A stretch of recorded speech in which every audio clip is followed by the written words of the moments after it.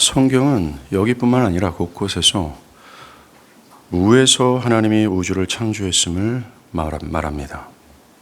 성경의 첫 부분인 창세기 1장에 나타난 창조 기사의 독특한 점 가운데 하나가 온 우주와 그 안에 있는 모든 만물이 하나님의 말씀으로 창조한 사실을 반복적으로 강조한다는 것입니다.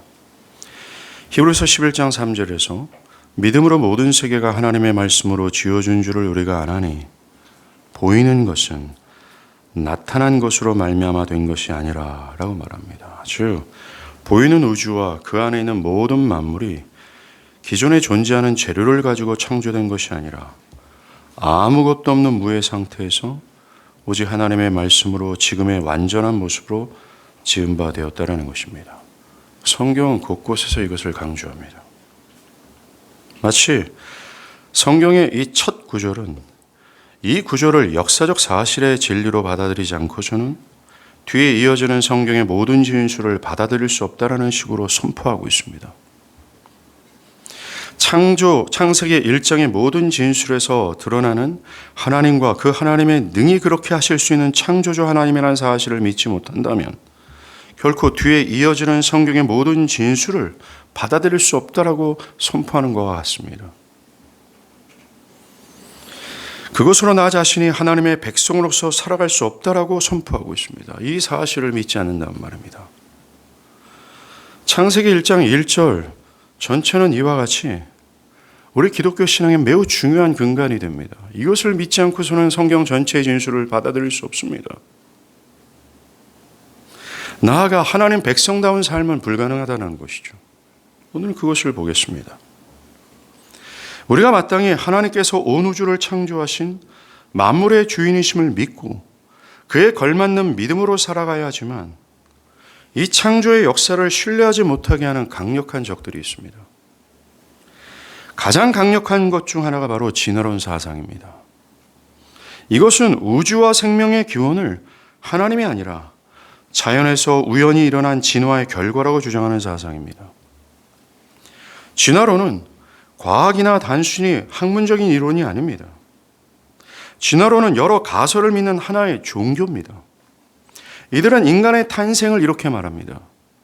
생명이 없는 무생명체가 어느 날 어떤 우연한 일로 작은 미생물이 되었고 이 작은 미생물에서 시작해서 수중생물로 그리고 그것이 우연히 땅으로 나와서 수억 년이 지나 유인원과 같은 종으로 그리고 오랜 세월이 지나 인간의 모습으로 진화했다고 주장합니다. 과학적 근거로 설명할 수 없는 것을 복잡하고 오랜 세월로 연장함으로 어떤 과학적 근거를 회피합니다. 진화론은 과학적 근거보다는 오랜 세월 동안 열과 빛과 주어진 환경의 영향을 받아 어떤 우연한 일로 인해 이 세상과 인간이 지금과 같이 되었다라는 가설입니다. 이러한 진화론은 성경과는 전혀 다른 사고방식과 생활 방식을 갖고 살게 합니다. 진화론 사고는 지금의 세상이 하나님의 주권적 창조가 아닌 주변의 열과 빛과 환경에 의해 생겨나고 발전한 것처럼 이 세상의 역사나 나 개인의 삶이 하나님의 주권적 섭리로 주도되는 것이 아니라 외부의 환경과 압력 또는 나의 선택과 결정에 따라 결정되고 충분히 바뀔 수 있다는 사고방식을 갖게 합니다. 그래서 자신의 인생을 두고도 하나님의 주권적 섭리가 자신의 인생을 주도함을 믿고 그것에 인생을 맡기고 하나님을 신뢰하기보다는 자신의 선택과 열심에 의해 좌우된다고 믿으며 연봉의 액수와 거창한 직장과 수익률이 높은 투자 등등에 있다고 믿으며 하나님이 아니라 눈에 보이는 것을 의지하는 생활 방식을 갖고 살아가게 합니다. 나의 인생의 모든 것이 하나님이 아니라 주변의 환경, 나의 학위, 나의 어떠함이나 나라와 사회의 정책으로 되어진다라고 여기면서 자연스럽게 우리의 신앙에서 우리의 삶에서 하나님을 지워버리고 자신의 환경, 가진 것, 자신의 학력, 학위, 성장 배경과 집안의 분위기와 같은 것들이 자신의 인생을 좌우할 수 있다. 또 좌우된다는 의식 속에서 살아가게 한다는 것이죠. 그래서 하나님의 주도적인 인도하심을 신뢰하지 못하고 온 우주를 말씀 한마디로 창조하신 전능하신 하나님, 창조와 그 그리스도의 속량에서 나타난 정말 온 우주에서 가장 뛰어난 그 지혜의 하나님을 신뢰하지 못하고 진화론적 사고방식을 가지고 있는 상태에서 자신의 인생을 좌우할 만하다고 여기는 것들이 있고 없음에 대해서 불안, 분노, 두려움 등의 마음의 중심이 흔들려 버립니다. 정말로 진화론적 사고방식은 절대로 하나님 안에서 행복을 찾지 못합니다. 철저히 눈에 보이는 것 안에서 행복을 찾으려는 생활 방식을 갖게 합니다. 심지어 교회 안에서조차도 이 진화론적 사고방식에 물든 어떤 사람들은 고린도전서 2장에서 바울이 영혼의 변화는 사람의 말과 설득력 있는 지혜야말로 되지 않는다. 즉 인간이나 인간의 영역 안에서 나오는 그 어떤 걸로도 영혼은 변화되지 않는다. 오직 성령의 나타나심과 능력으로만 된다라는 말씀을 무시합니다.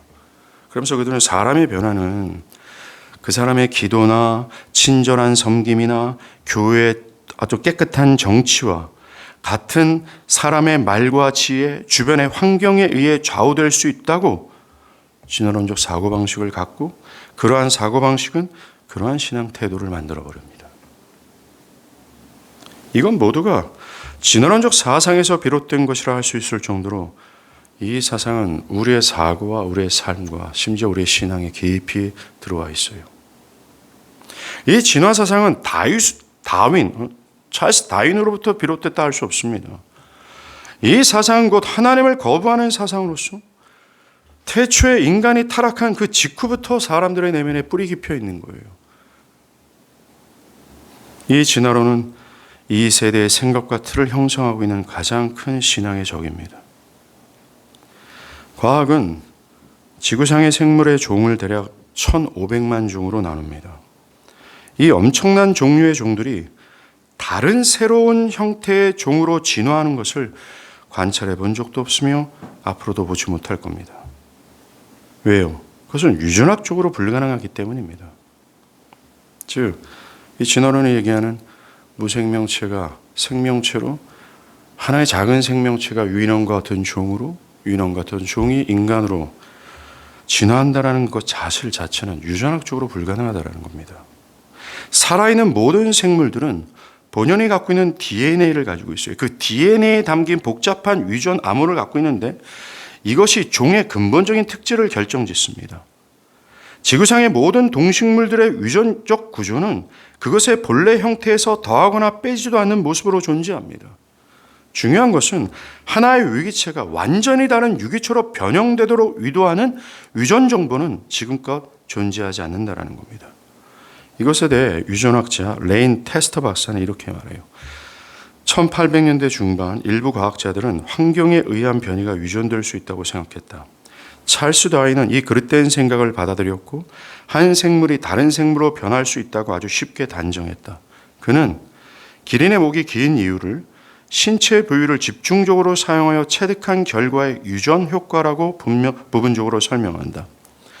먹이가 한정된 계절에 기린은 높은 곳에 있는 나뭇잎을 향해 목을 길게 뻗어야 했는데 이것이 아마도 후손에게 전달되어 긴 목을 가지게 된 것으로 다윗은 생각했다. 현재 유전학은요, 다윗의 이런 가설에 대해서 철저히 반증을 제시합니다. 아니라고 말이죠. 기린이 가지고 있는 DNA 유전 암호가 기린의 목의 길이를 결정한 것이지 환경의 변화에 반응하여 기린의 목이 길어지도록 하는 메커니즘은 절대로 존재하지 않는다는 것입니다. 이처럼 현대 과학은 하나의 유기체가 환경의 변화에 반응하여 완전히 다른 유기체로 변형되도록 유도하는 기능이나 구조는 존재하지 않는다고 말합니다. 우연적인 발생으로 돌연변이가 발생하는 경우가 있는데 전형적인 진화론자는 이것을 적극적으로 수용하여 시나리오를 만듭니다. 그들은 오늘날 존재하는 수천만을 이르는 종들이 일련의 무작위적이고 우연적인 유전 변이를 통해 환경에 적응해 왔다고 말합니다. 진화론자들은 수많은 어류와 새들과 짐승들의 그 오묘한 본능과 능력과 상태가 철저히 우연으로 발생한 것으로 생각을 합니다. 환경의 반응으로 말이죠.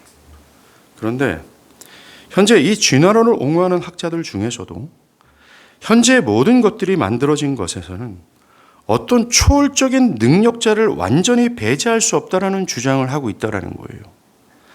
아무리 연구해도 이 역사의 시작과 존재의 시작을 설명할 수 없기 때문입니다. 성경은 보이지 않는 하나님의 말씀으로 모든 세계가 창조되었음을 분명히 말합니다. 특별히 창조의 역사를 기록한 창세기 1장은 온 세계가 하나님의 말씀으로 창조되었다라고 말하면서 하나님이 무엇이 있으라 말씀하시자 한순간에 즉각적으로 만들어졌음을 반복적으로 언급하며 강조할 정도입니다. 특별히 20세기가 도래할 전까지 어거스틴이 주장했던 말을 따랐어요. 하나님이 말씀하시자 100억 분의 1초 만에 즉각적으로 창조되었다라고 말합니다.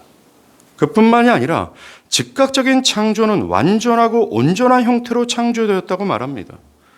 하나님은 씨를 창조한 것이 아니라 씨를 맺을 수 있는 온전한 나무를 창조하셨다고 말하고, 달걀을 만든 것이 아니라 달걀을 낳을 수 있는 성숙한 닭을 창조하셨습니다.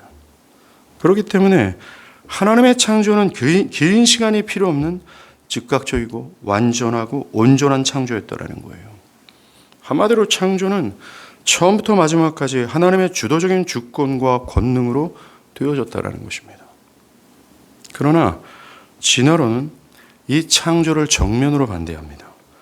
진화론이 말하는 창조는 수십억 년에 걸쳐 진행된 과정이며 아직 완성된 상태가 아니라고 주장합니다. 한마디로 달걀을 낳을 수 있는 성숙한 닭이 창조된 것이 아니라 먼저 닭의 모습과는 전혀 상관없는 생명체가 오랜 시간에 걸쳐 진화하여 현재 닭이 되었다고 주장한다는 것이죠. 그들의 주장의 근거는 오랜 시간입니다. 성경은 즉각적인데 말이죠. 진화론은 어떤 성숙하지 못한 단세포 생물체가 오랜 시간에 걸쳐 성숙한 단계에 이르게 되었다고 주장합니다. 이들의 주장을 근거해서 말한다면 아직 모든 세계는 진화가 진행 중이라는 것입니다. 그래서 현재 인간이 가장 고등한 동물이지만 오랜 시간이 흐르면 현재 개나 고양이가 가장 우월한 동물체가 될 수 있는 가정이 생기게 된다는 것이죠. 또 진화론에 속해 있는 자연주의가 있습니다. 이 자연주의는 우주에 작용하는 모든 법칙과 힘이 초자연적인 것이 아니라 자연적인 것에 있다고 말합니다. 즉 우주 안에 있는 모든 존재와 그 안에 일어나는 사건들은 성격이 어떠하든 모든 존재가 지닌 자체의 힘과 법칙으로 작용된다고 주장하는 진화론과 비슷한 가설이죠. 이 자연주의는 유물론, 진화론 등 초자연적인 하나님을 배제하는 모든 철학, 교육, 문화 등이 포함되어 있는 광범위한 무신론적 사상입니다. 자연주의 교육이라고 스칸디나비아 반도에서 유행했던 교육이 있어요. 근데 그 교육이 우리나라로 이제 들어왔죠. 그래서 아이들한테 굳이 나무랄 필요가 없다, 야단칠 필요가 없다. 그 아이의 마음은 선한 것이 있기에 어떤 제재나 어떤 절제나 어떤 야단도 필요 없이 가만히 놔두면 알아서 잘 큰다라는 교육의 방식입니다. 그런데 이것이요, 어느새 하나의 철학처럼 여겨지만 우리나라의 대부분의 가정에 들어와 있고 부모들이 아이를 그런 식으로 대한다는 것입니다. 성경과 충돌되는 가르침을 갖고 있는 거죠.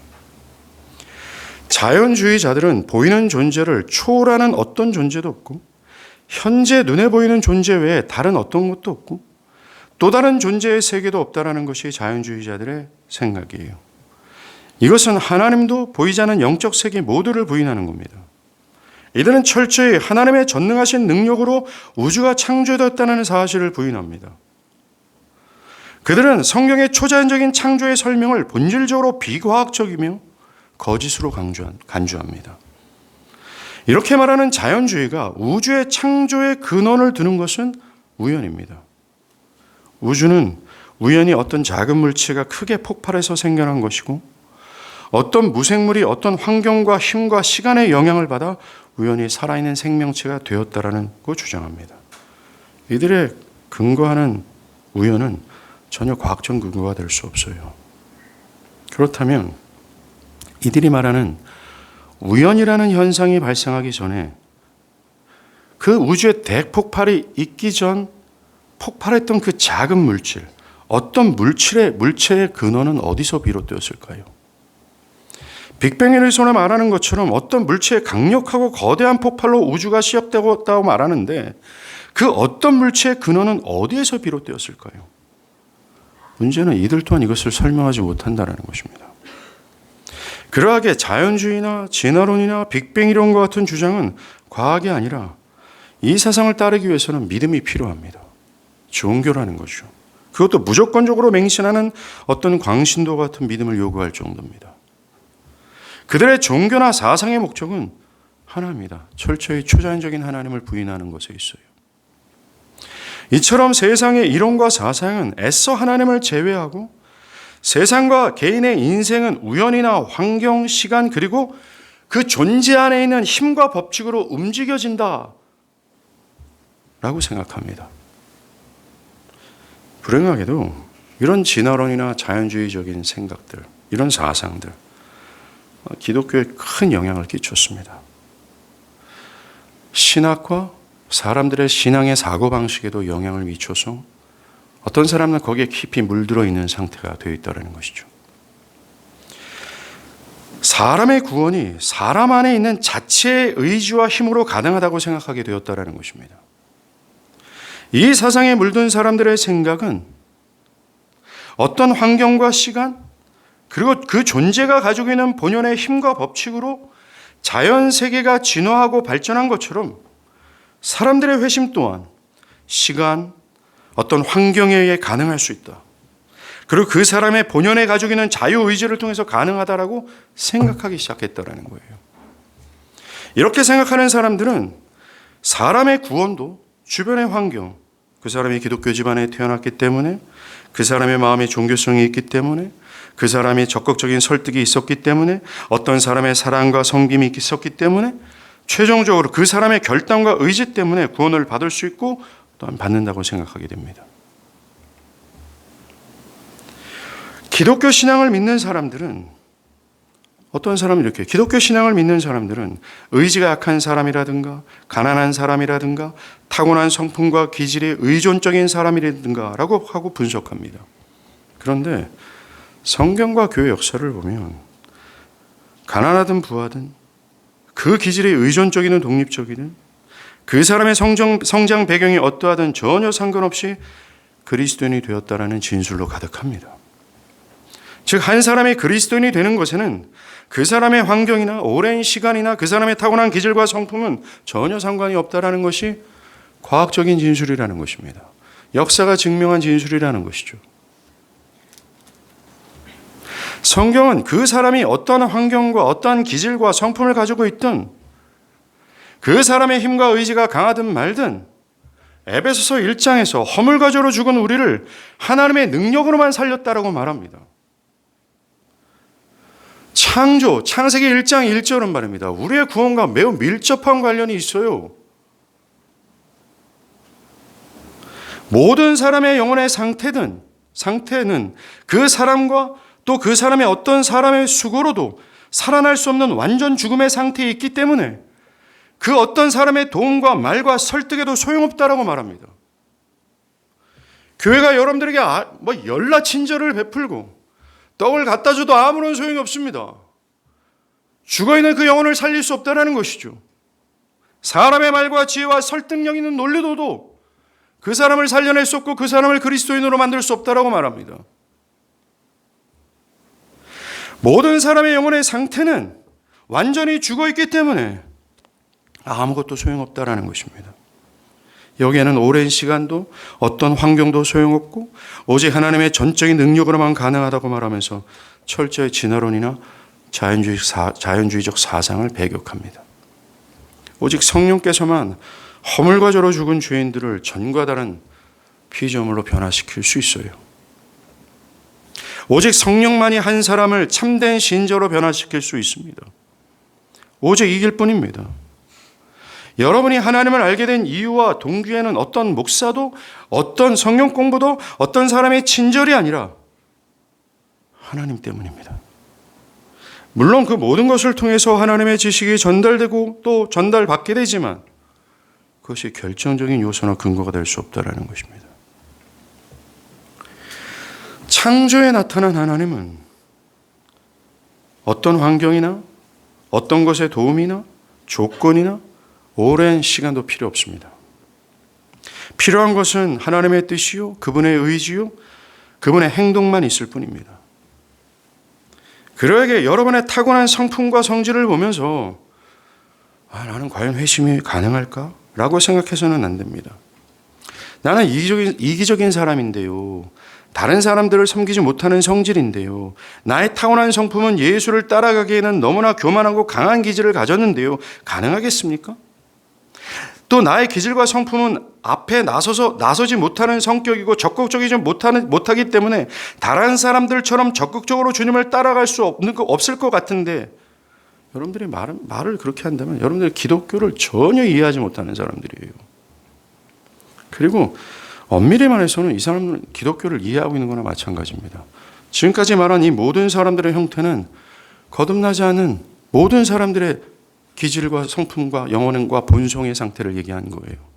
예, 한 사람도 빠짐없이 회심하기는 불가능한 상태입니다.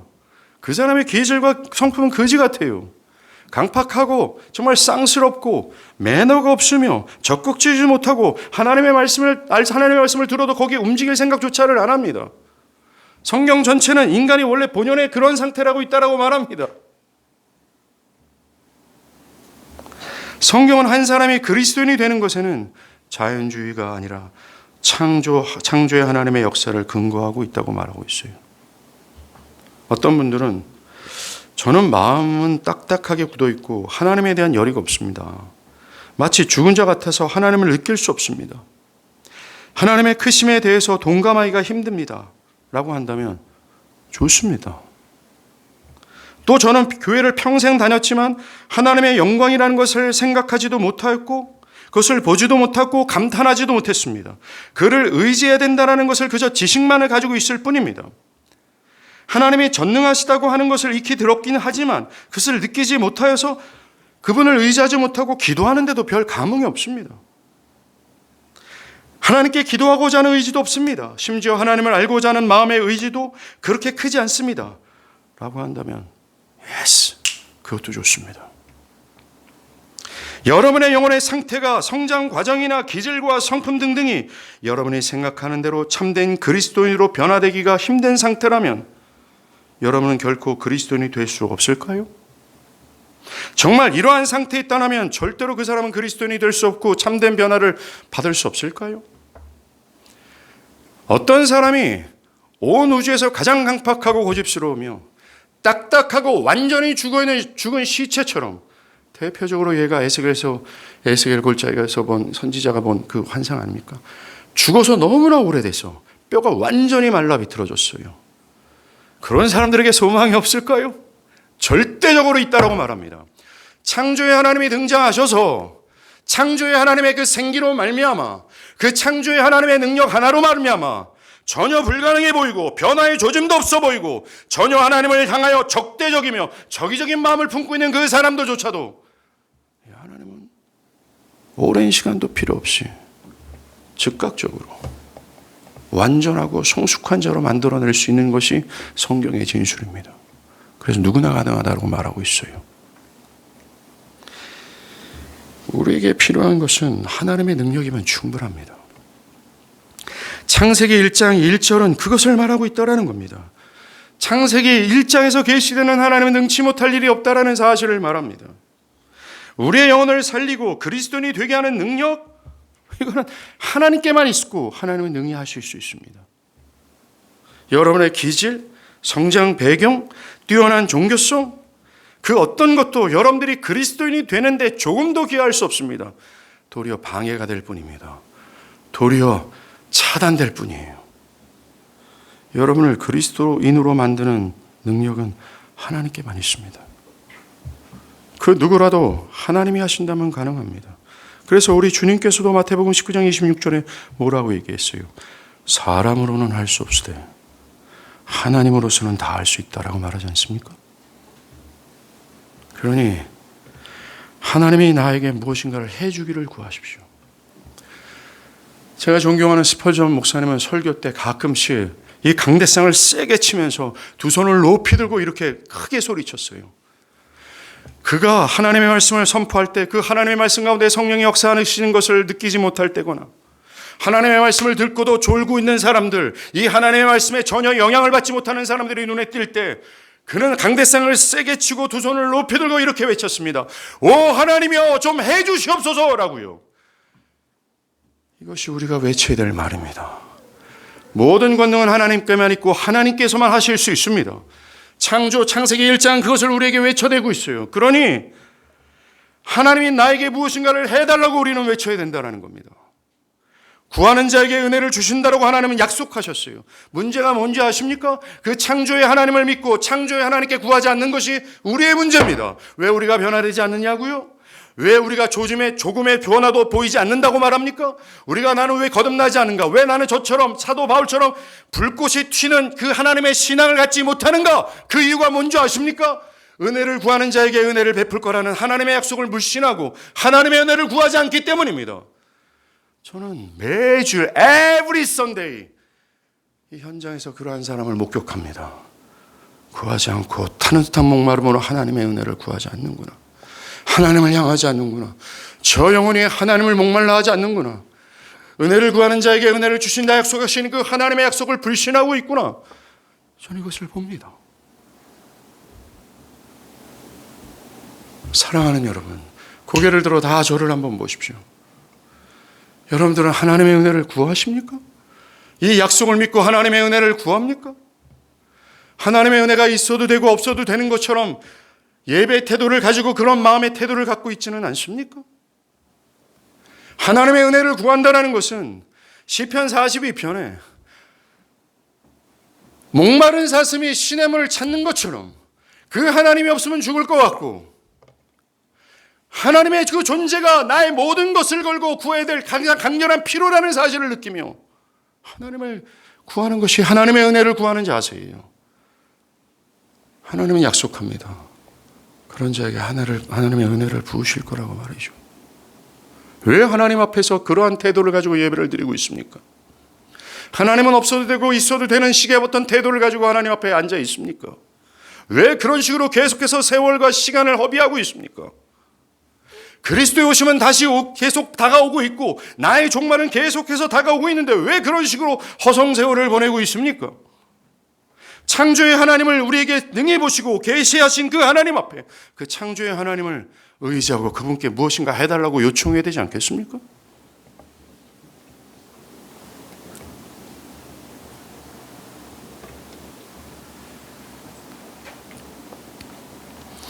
창조에 가장 강력한 적이 진화론이 있다면 오늘날 이 하나님의 창조를 왜곡하는 또 하나의 가설이 나왔습니다.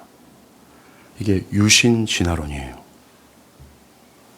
이들은 창세기 1장에서 말하는 하루, 이 날을 24시간으로 보지 않고 긴 시간으로 생각하면서 현재까지 알려진 지질학과 천문학적인 발견들을 고려합니다.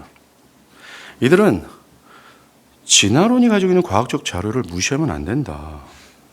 그것도 무시해서는 안 된다. 라면서 진화론을 수용합니다. 이들의 주장은 그거예요. 유신 진화론의 주장은. 하나님께서는 최초의 어떤 물질을 만드셨다. 창조하셨다.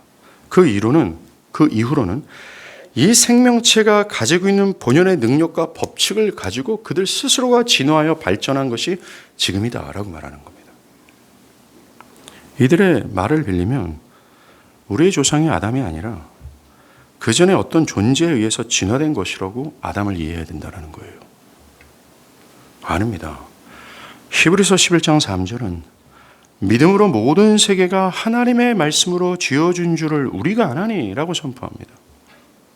또 보이는 것은 이미 나타나 있는 것, 이미 존재하는 재료로 말미암아 된 것이 아니다라고 말합니다.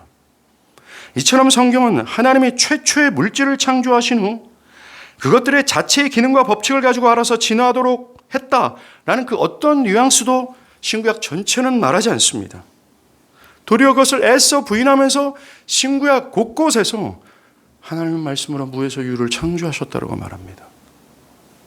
현재 모든 것들이 보이는 것들로 인해 창조된 것이 아니라 하나님의 말씀으로 보이는 모든 것들은 한순간에 즉각적으로 완전하게 지은 바 되었다라고 강조합니다.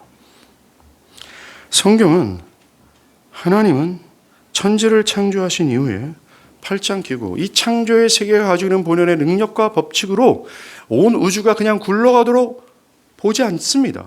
그것이 기독교 역사에서 이단으로 규정했던 정말 이단 사상 아닙니까? 하나님은 그것을 여전히 붙들고 계시고 보존하고 계시고 원래의 형태대로 이끌고 계시고 그것을 당신의 뜻 가운데 운행하고 있다는 것이 성경의 증언입니다. 이것이 모든 신자가 현재도 역사하시는 하나님을 의지하고 신뢰할 수 있는 진리예요. 만약에 하나님이 저 하늘에서 팔짱 끼고 모든 존재들에게 주신 기능과 법칙을 가지고 알아서 하라고 한다면 우리는 그때부터 절망입니다. 초불안이죠. 초두려움이 맞을 겁니다. 그러나 성경 전체는 이것을 강력히 부인합니다. 주님은 지금도 살아계세요. 창조 원형을 살아서 보존하고 계시고 태초 전에 계획하신 그 계획하신 뜻 안에서 천지와 나 개인의 삶뿐만 아니라 참새 한 마리가 땅에 떨어지는 우연이라는 작은 일 또한 하나님이 해 나가고 계십니다. 하물며 사소한 나와 나의 인생을 하나님께서 잡고 이끌지 않겠습니까? 매 순간 분초마다 나와 함께 하셔서 나의 삶을 인도하지 않겠습니까? 나의 인생은 절대로 하나님의 뜻밖에 벗어난 일이 결코 없음을 여러분들 믿으시길 바랍니다. 이게 창세기 1장 1절의 선언이에요.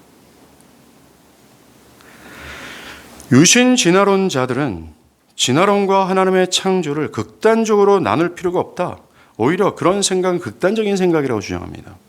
그러면서 그들은 하나님의 창조를 성경 그대로 믿는 사람들을 문자주의자라고 하면서 조롱합니다.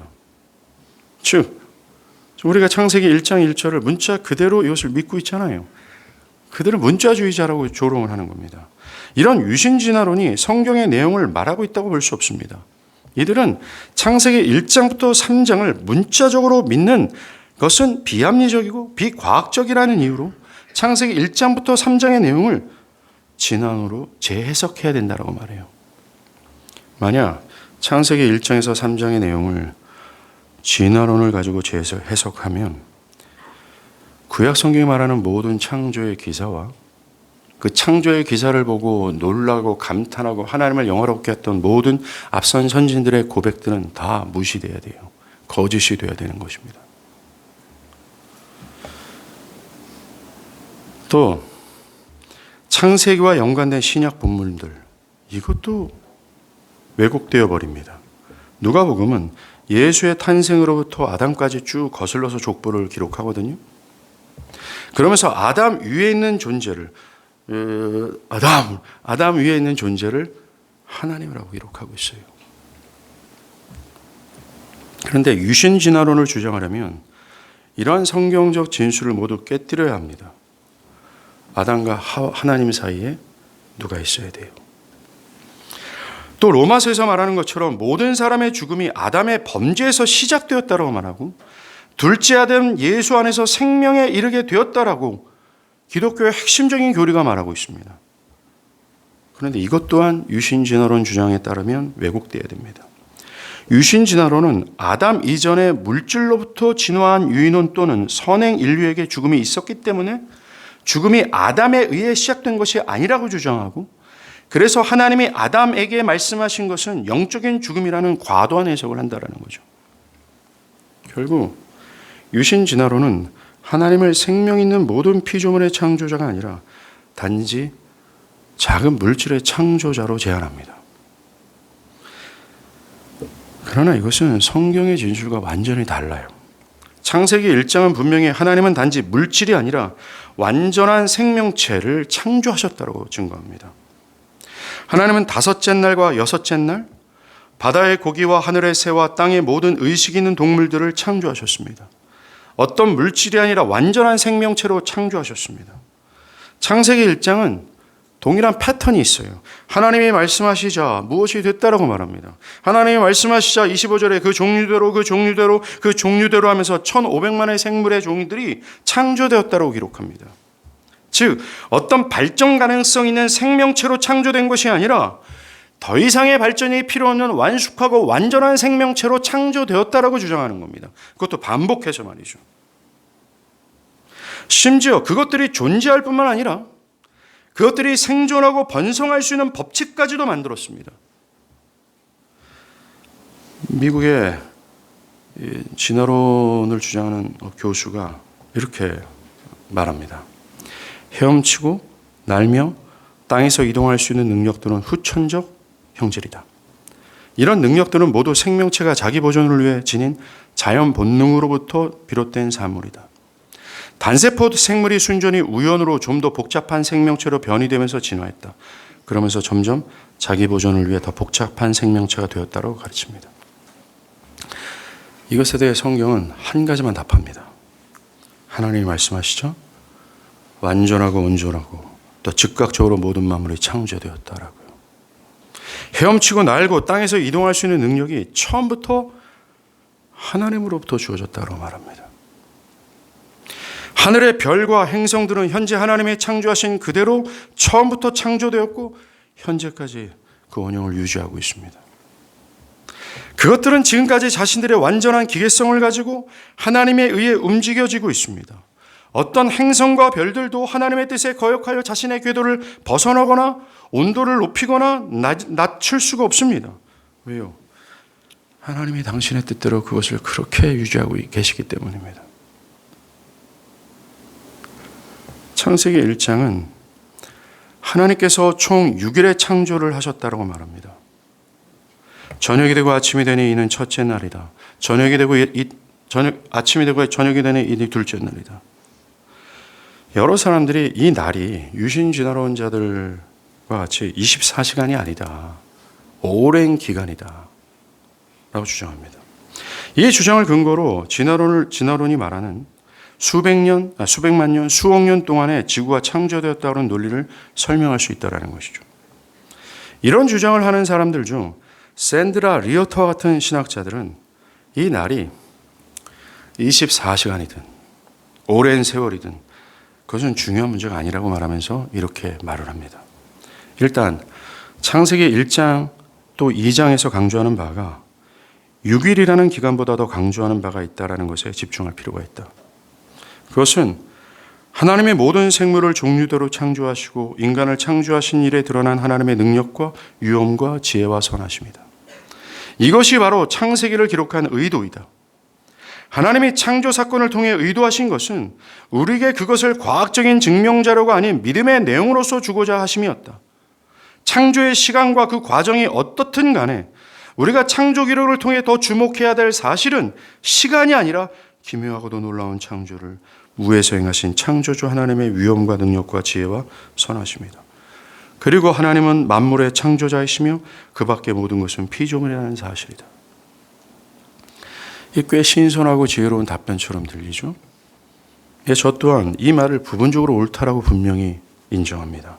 그런데 문제는 창세기 1장에서의 기록에서 시간의 문제가 별로 중요하지 않는 것처럼 말하고 나아가 그 해석을 24시간이냐 아니면 다른 기간이냐 중요하지 않다고 말하는 것은 이 샌드라 자신이 말하고자 하는 하나님의 위엄과 능력과 지혜를 축소시킨다라고 저는 분명히 확신 있게 말씀을 드립니다.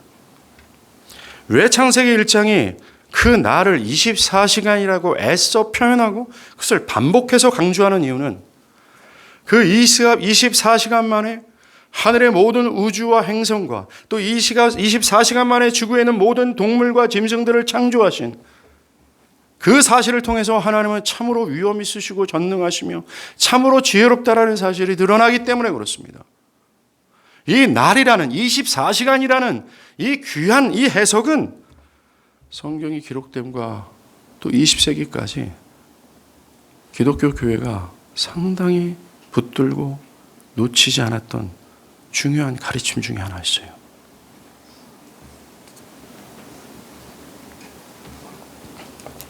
여러분들, 24시간 동안 하나님은 이렇게 피조 세계를 완벽하게 창조할 수 있는 전능한 창조주라는 사실, 24시간이라는 사실은 창세기 독자들에게 하나님이 어떤 분이신가, 이것을 이해하는 데 결정적인 역할을 합니다. 물론 우리는 창세기 1장에 의도하는 것을 주목해야 됩니다. 창세기 1장이 어떤 목적과 의도를 가지고 기록했느냐라는 거예요. 성경의 저자이신 성령이 왜 이렇게 이것을 기록하셨는가, 이것을 놓쳐서는 안 됩니다.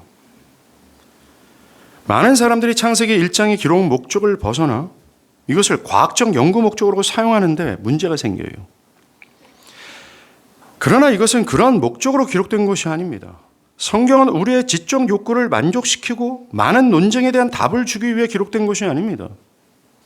우리는 성경이 기록한 목적과 의도에 따라 읽어 나려갈 때 올바른 결론을 얻을 수 있어요. 창세기 1장을 이해하는 데 큰 어려움을 겪는 이유는 창세기를 기록한 의도와 목적은 전혀 생각하지 않고 현재 자신이 갖고 있는 지식과 관점으로만 접근한다는 겁니다. 또 창세기 1장에 답하고 있지 않은 질문들, 답할 수 없는 질문들을 그 답을 창세기 1장에서 얻으려고 한다는 것입니다. 우리가 염두할 것은 창세기 저자가 이 기록을 하면서 무엇을 염두하고 있었느냐 이거예요. 창세기는 창조와 관련된 연대학과 지질학의 세부 사항에 관심을 가지거나 오래된 지구론 또 젊은 지구론을 설명하는 데 전혀 관심이 없습니다. 오히려 중요한 관심사가 하나님 백성에게 이 하나님이 어떤 분이고 이 하나님이 그들에게 기대하는 바가 무엇인지에 대한 교훈을 주고자 기록했다라는 거예요. 하나님이 도대체 누구냐 이런 겁니다. 그리고 그를 믿는 하나님의 백성이 어떻게 살아가야 되느냐, 이 교훈을 주고자 창세기 1장이 기록됐다라는 거죠. 이 역사 기록의 주요 목적은요, 창세기 1장의 첫 번째 독자가 있어요. 즉 창세기 1장의 이 기록을 첫 번째로 읽은 사람들이 있습니다. 누굽니까? 출애굽해서 지금 광야에서 살고 있는 이스라엘 백성들이었었어요. 이 이스라엘들에게 주는 메시지가 있습니다. 이들은 애굽의 다신교 배경에서 오랜 세월 동안 살았습니다. 그들에게 하나님은 애굽왕 바로였어요. 보이는 하나님, 권력과 최고의 존중의 대상, 불가능이 없어 보이는 하나님이 바로 바로였습니다. 그런데 그들은 이렇게 눈에 보이는 하나님 바로가 보이지 않는 여호와 하나님으로 산산이 부서지는 것을 봤어요. 그들을 인도하시는 이 신이 여호와라는 사실을 경험적으로 알게 되었습니다. 그러하게 그들에게는 그렇다면 도대체 이 여호와가 누구인가? 그는 도대체 어떤 존재인가에 대한 의문이 들었을 것입니다. 나아가 그동안 그들은 바로의 종이었고 그들의 왕은 바로였다면 과연 여호와가 자신들이 따를 수 있는 주인이며 왕이신가? 그래서 과연 자신들을 무인지경의 광야에서 인도하시고 보호할 수 있는 분이신가? 과연 그는 신뢰할 만한 분이신가? 광야에서 과연 하나님만을 의지할 수 있는가? 그를 믿고 과연 따를 수 있을까? 이 오만 가지 질문과 의문이 있었을 겁니다. 우리 교회 한 형제가 얼마 전에 지난주인가요? 애굽을 다녀왔잖아요. 박진호 형제가 이집트를 여행 갔다 왔는데, 그래서 저도 궁금해가지고 갔다 와서 잠깐 신방을 했습니다. 그래서 진호 형제한테 어땠냐? 이집트 그 광야가 갔었대요. 광야를 갔는데 동영상을 보여주더라고요. 진호 형제가 얼마나 말이 많고 또 자세한 설명이 있습니까? 계속 말을 해요. 보자. 그래서 광야를 보는데 진호 형제가 이런 얘기를 하더라고요. 목사님, 저는 광야를 보고 원망하고 불평했던 이스라엘 백성들이 이해가 됐대요. 정말 아무것도 없습니다. 과연 생명체가 전혀 보이지 않고 절대로 이곳에서 생존할 수 없다. 40년 동안 이스라엘 백성들이 광야에 있었는데 불가능했다라는 겁니다. 과연 아무것도 없는 그 광야에서 그 하나님의 뜻이 진리라는 사실을 믿고 하나님 한 분만을 의지해서 생존할 수 있을까? 과연 그것을 따를 만한 것인가? 과연 그가 적과 꿀이 흐르는 땅까지 우리를 보호하시고 지키시고 결국 그곳에 들어가게 하실까? 오만 가지 의구심과 질문이 있었을 거예요. 그것에 대한 답이 바로 창세기 1장입니다. 과연 우리를 출애굽하게 하시고 인도하시는 하나님은 과연 누구인가? 이 답이 창세기 1장이에요. 창세기 1장에서 소개되는 하나님은 전능한 창조주입니다. 무에서 창조하시는 하나님, 말씀 한마디로 온 우주를 즉각적으로 창조하실 수 있는 분, 한마디로 못하실 일이 없는, 능치 못할 일이 없는 분이라는 것이었습니다. 그러하기에 이 창조주가 자신들의 새로운 왕이라면 그들은 능히 무인지경의 광야에서 살 수 있고 나아가 가나안으로 능히 들어갈 수 있는 확신을 갖기에 충분했습니다. 이것이 창세기의 첫 번째 독자들에게 주는 메시지였어요. 이것은 오늘을 사는 우리에게 주는 메시지입니다. 창조의 기록은 우리에게 나의 왕 여호와는 누구인가? 우리에게 명령하시고 우리에게 이러한 삶을 요구하시는 하나님은 과연 누구신가? 자기를 총체적으로 부인하고 즉 나의 성품과 기질과 현재와 미래와 지랄같이 침을 질질 흘리면서 미치도록 물질에 집착하는 나를 향해서 그 모든 것이 헛되고 그것을 다 돌이키고 다 부인하고 오직 하나님 아버지를 섬기라고 요구하시는 여호와는 과연 누구인가?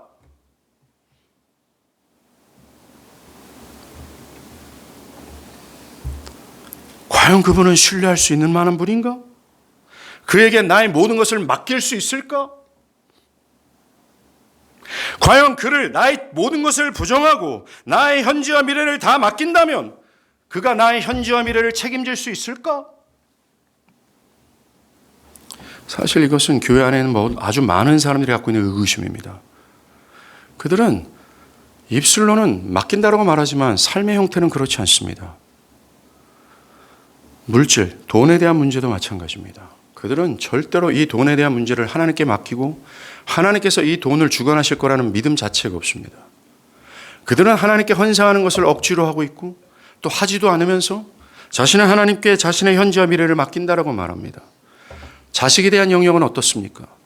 모든 생사화복을 주관하시는 하나님께 나의 자식을 맡기기보다는 또 하나님의 뜻과 일치하여 그 자녀를 양육하기보다는 철저히 세상 논리죠. 유신 진화론적 사고, 창조 진화론의 사고, 나의 자녀의 학위와 학업과 직장이 그들의 인생을 결정짓는다라는 사고방식 속에서 그의 자녀의 학위와 직장에 목숨을 걸고 있다는 겁니다. 나의 현재와 미래는 내가 하고 있는 사업에 달려있다라고 생각하면서 하나님 제끼고 교회인이 하나님의 뜻을 다 제껴버리고 다 지워버리고 나의 현재와 미래의 하나님이 되는 그 직장을 붙들고 있어요. 유신진화론이죠. 진화론적 사고방식입니다. 이거 얘기하려면 작년처럼 3박 4일 필요해요. 우리는 정말 창세기 1장에서 계시되는 하나님을 과연 믿는가 이겁니다. 깡마른 광야에서 보이지 않는 하나님, 과연 40년 동안 우리 입고 먹힐 수 있습니까? 나를 모든 수많은 적들을 통해서 지키시고 보호할 수 있습니까? 우리 인생은 말입니다. 이 질문이 계속 뒤따라요. 이 질문의 답이 창세기 1장입니다. 만약 우리가 이 창조의 하나님을 참되게 알고 창조의 하나님이 그리스도 안에서 나의 하나님이 되셨다는 사실을 확신한다면 여러분 우리의 마음이 어떨까요? 다니엘이 말합니다. 다니엘서 11장 32절. 오직 자기 하나님을 아는 백성은 강하여 용맹을 떨치리라. 여기에서 용맹을 떨치리라 이 말씀은 확고히 행동한다는 뜻입니다. 여러 흔들리는 상황 앞에서 흔들리지 않고 확고하게 행동한다는 것입니다. 좌로나 우로나 치우치지 않고 하나님의 뜻과 일치하여 행동한다는 것입니다. 작은 배가 작은 파도에 유동치는 것 같지 않게 세상의 시류에 흔들리지 않는다는 것입니다. 세상의 유혹에서 정해진 길을 가며 흔들리지 않은 믿음을 가지게 되는 원인은 바로 이 창조의 하나님을 알 때예요. 창조의 하나님을 아는 자는 용맹을 떨친다라고 말하지 않습니까? 그런데 창세기 1장 1절은 우리가 용맹을 떨칠 수 있는 충분한 지식을 줍니다. 하나님이 어떤 분이라는 사실에 그 웅장한 지식을 우리에게 주는 거죠. 이 짧은 구절 하나가 광야 같은 세상을 살고 있는 우리들에게 불안과 공포, 염려와 두려움, 그 점철되는 삶 속에서 우리가 누구를 의지해야 되는지 강력한 메시지를 주고 있어요. 창조의 하나님뿐이라고 합니다. 그리고 이 하나님을 소개하면서 하나님을 믿고 의지하는 자들에게 절대적인 평강과 안식을 준다라고 약속합니다. 우리는 나의 영혼의 변화를 비롯해서 내가 그리스도인이 되는 변화, 나의 참된 변화를 비롯해서 현재 나의 삶의 절망적인 현실에 대해서 불가능하다라고 생각해서는 안 됩니다. 결코 기독교는 절망을 허용하지 않습니다. 왜요? 창세기 1장 1절 때문에 그래요. 창조의 하나님 때문입니다. 에스겔 선지자가 보았던 죽은 지 오래돼서 완전히 말라 비틀어진 마른 뼈들도 절망해서는 안 됩니다. 하나님이 하신다면 그들도 하나님을 확신하고 하나님의 뜻에 온전히 복종하는 군대가 될 수 있기 때문입니다. 광야를 통과하는 이스라엘을 먹이시고 입히신 하나님이 계시기 때문입니다. 우리의 삶의 고통과 고난이 엄습할 때 기독교는 절대로 그들에게 절망을 허용하지 않습니다. 염려와 두려움은 그리스도인들에게 절대로 어울리지 않는 단어입니다. 낙심과 절망은 철저히 하나님 없는 자에게 있는 것입니다.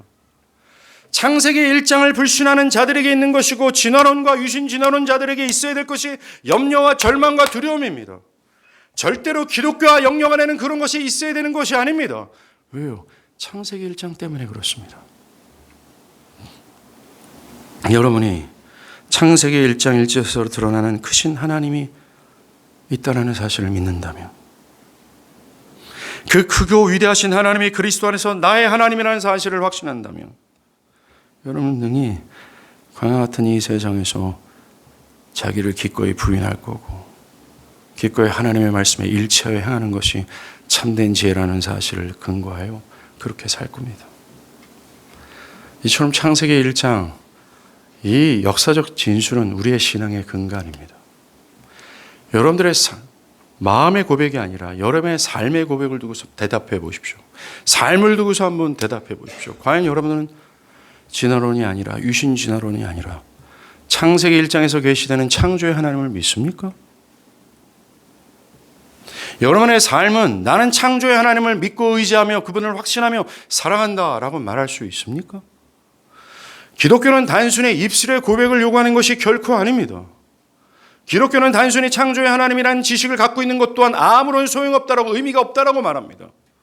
기독교가 나에게 요구하는 것은 이 창조의 하나님을 확신한다면 그 하나님, 그것을 사실을 믿는 하나님 백성으로서의 삶을 요구하는 거예요.